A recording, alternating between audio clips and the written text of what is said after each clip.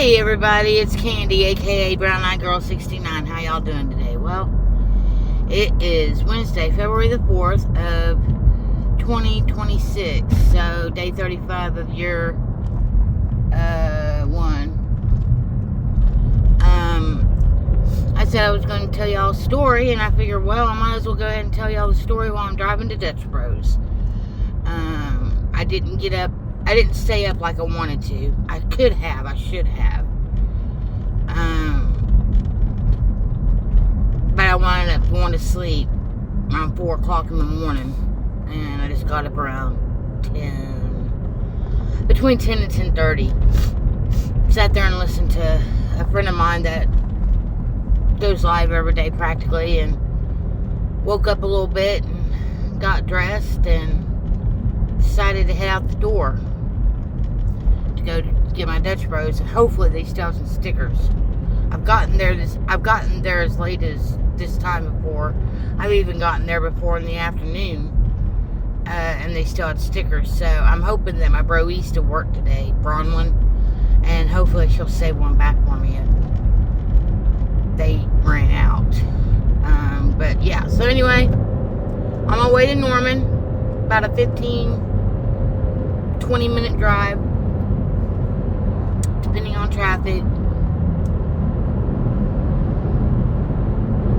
I always look over there as I'm driving by, because there's my mom's house.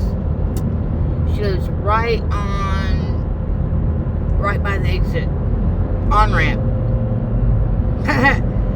Her backyard basically comes right up to almost the highway there. Anyway, today is February 4th. Story of February 4th, 1989. I got married that day. I was originally, my first husband, his name was Anthony. I don't really talk a lot about Anthony because even though Anthony was my very first long-term relationship, I wasn't with him long enough for him to do any kind of actual damage to me, I guess. I'm grateful I was aware enough of the tactics that was going on in our relationship that I utilized those things to give me the strength to leave.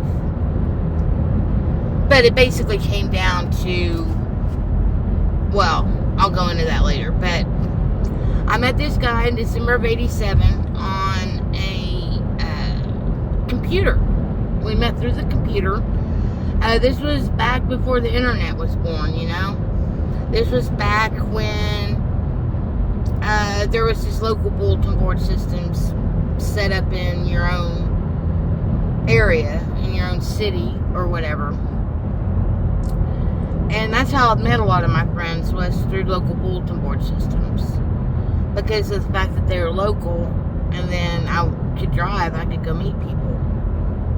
So I met Anthony off of this dating bulletin board system, local bulletin board system. And when I first met Anthony, I was not physically attracted to him at all.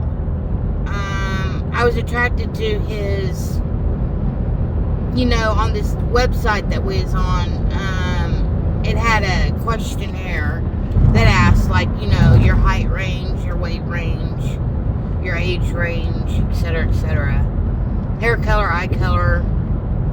Well, he had brown hair and green eyes, and he was 5'11", and he's 135 pounds.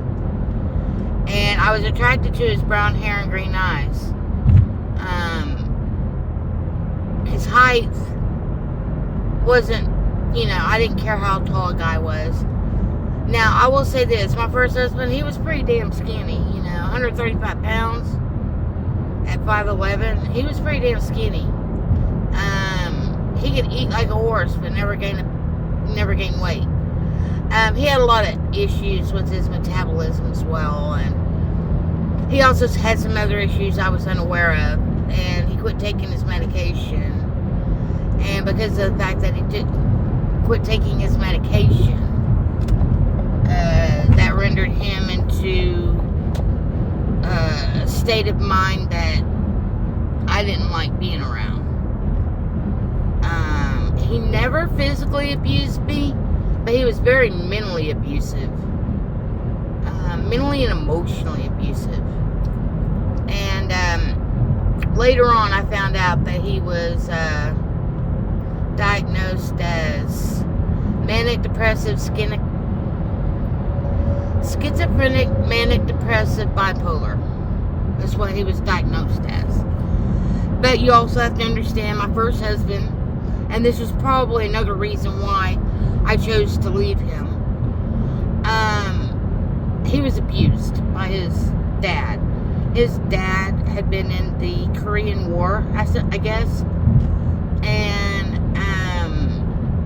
witnessed a lot of very terrible things that happened in that time frame, and when he was stationed over there. Anyway, because of that,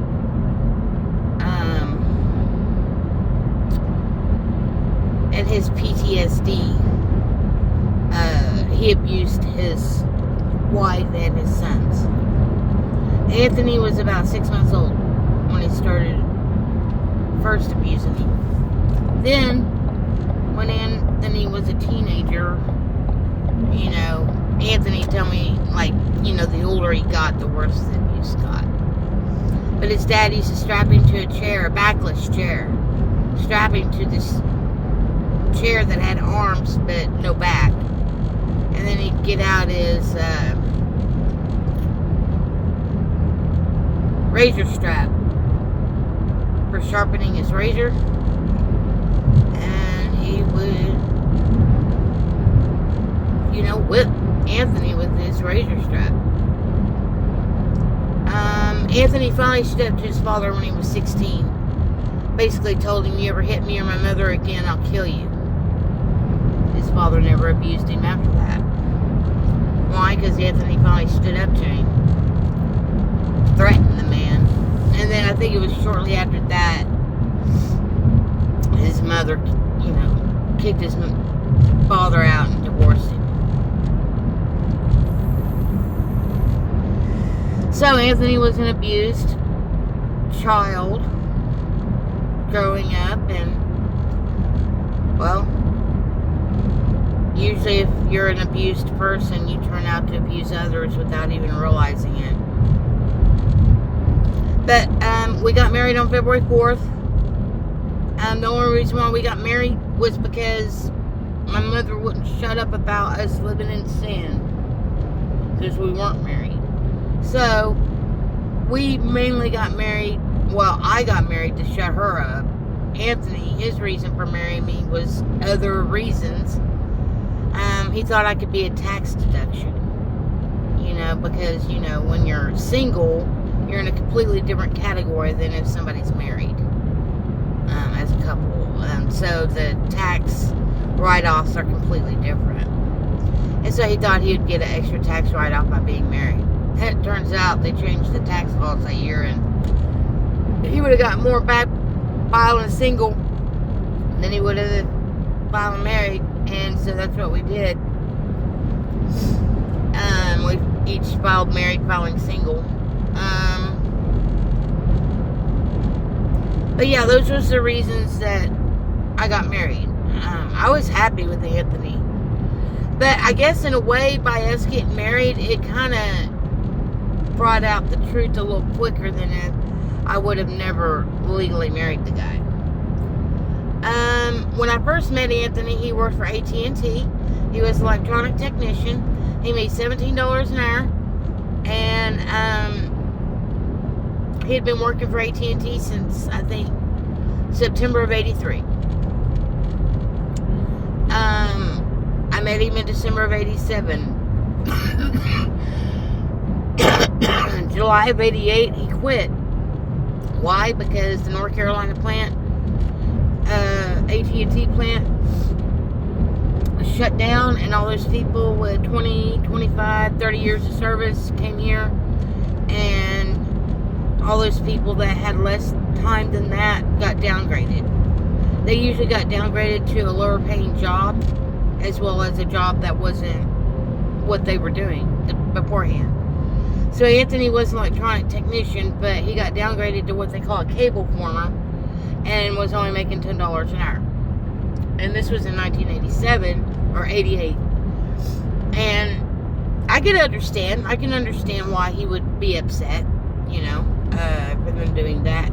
So he basically told him to F off and where to go and quit. By September of 90, he had a job with Boeing Aerospace in Shreveport, Louisiana, working on their flight simulators.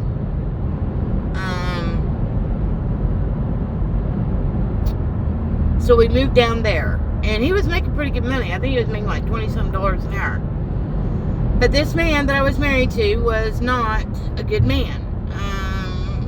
He wasn't responsible like I thought he was, or he just couldn't handle the fact of taking care of two households. Because when we left Oklahoma to go to Louisiana, he owned his home. He was buying his home, here in Oklahoma. And when we moved to Louisiana, we were just renting an apartment. So I thought he was taking care of the bills here, we kept the utilities on, but turned it down to the minimum, And I thought he was taking care of the bills. Turns out he wasn't making the house payment.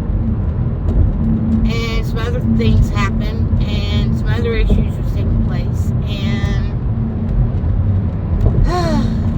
long story short, he was going to come back up here for an extended weekend. But he basically gave me two choices. You can either come up here with me, but you won't be going back down to Louisiana with me. I'm going to drop you off at your mother's.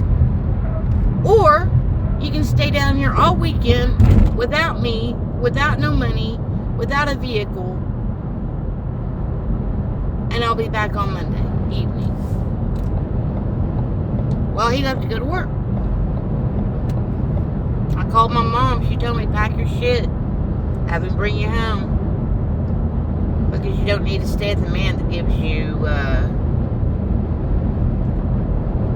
options like that, So when he came home from work, and all my stuff was sitting there packed, he was like, what's going on? I said, well, you said that you would take me to my mom's if I go with you up to Oklahoma this weekend, so you're taking me to my mom's, and I'm not coming back down here. So that was when I left him. That was Martin Luther King Day in 1990. Is when I left him. 91. And then we were divorced by April 92. Today would have been 36 years we would have been married. I can't even imagine spending 36 years of my life with that guy. But he passed away in December 2009 when he was 51. I was 40 and he was 51. So if I would have stayed married to him and never divorced him, we would have made it to 20 years. We would have made it to our 20-year anniversary. That didn't happen. I made it with him 4.5 years. That was it. Start to finish. And what's really strange is, even though I divorced this man, we stayed friends after we were divorced. He actually helped me out a lot throughout the years after we were divorced. He got to meet Kelsey's dad, Don, interact with him. He met Daryl. He loved Kelsey when she was a little kid, He thought it was great that I guess he was happy with the fact that I'd moved on with my life the way I did and was still successful and meeting somebody else, having a relationship with them and having children with them, etc. But, yeah. That was a memory from February 4th of 1989. That's when we got married.